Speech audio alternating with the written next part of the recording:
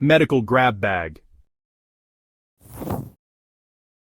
This marks the location of a medical emergency kit or grab bag, used in workplaces, public venues and transport stations, contains essential first aid supplies for immediate treatment.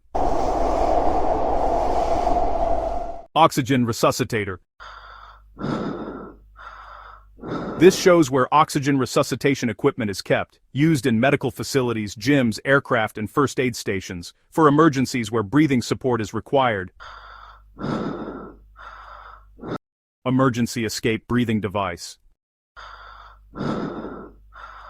This sign points to emergency breathing equipment for smoke-filled or contaminated areas, common in ships, factories, and tunnels. Use it to escape when air quality becomes unsafe. Emergency exit for people unable to walk or with walking impairment, right. This indicates an accessible emergency exit on the right side, found in buildings with dedicated mobility routes, guides individuals to a safer evacuation path. Shipboard general alarm.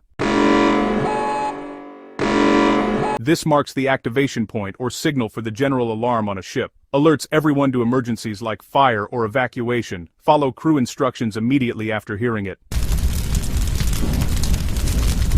Shipboard assembly station.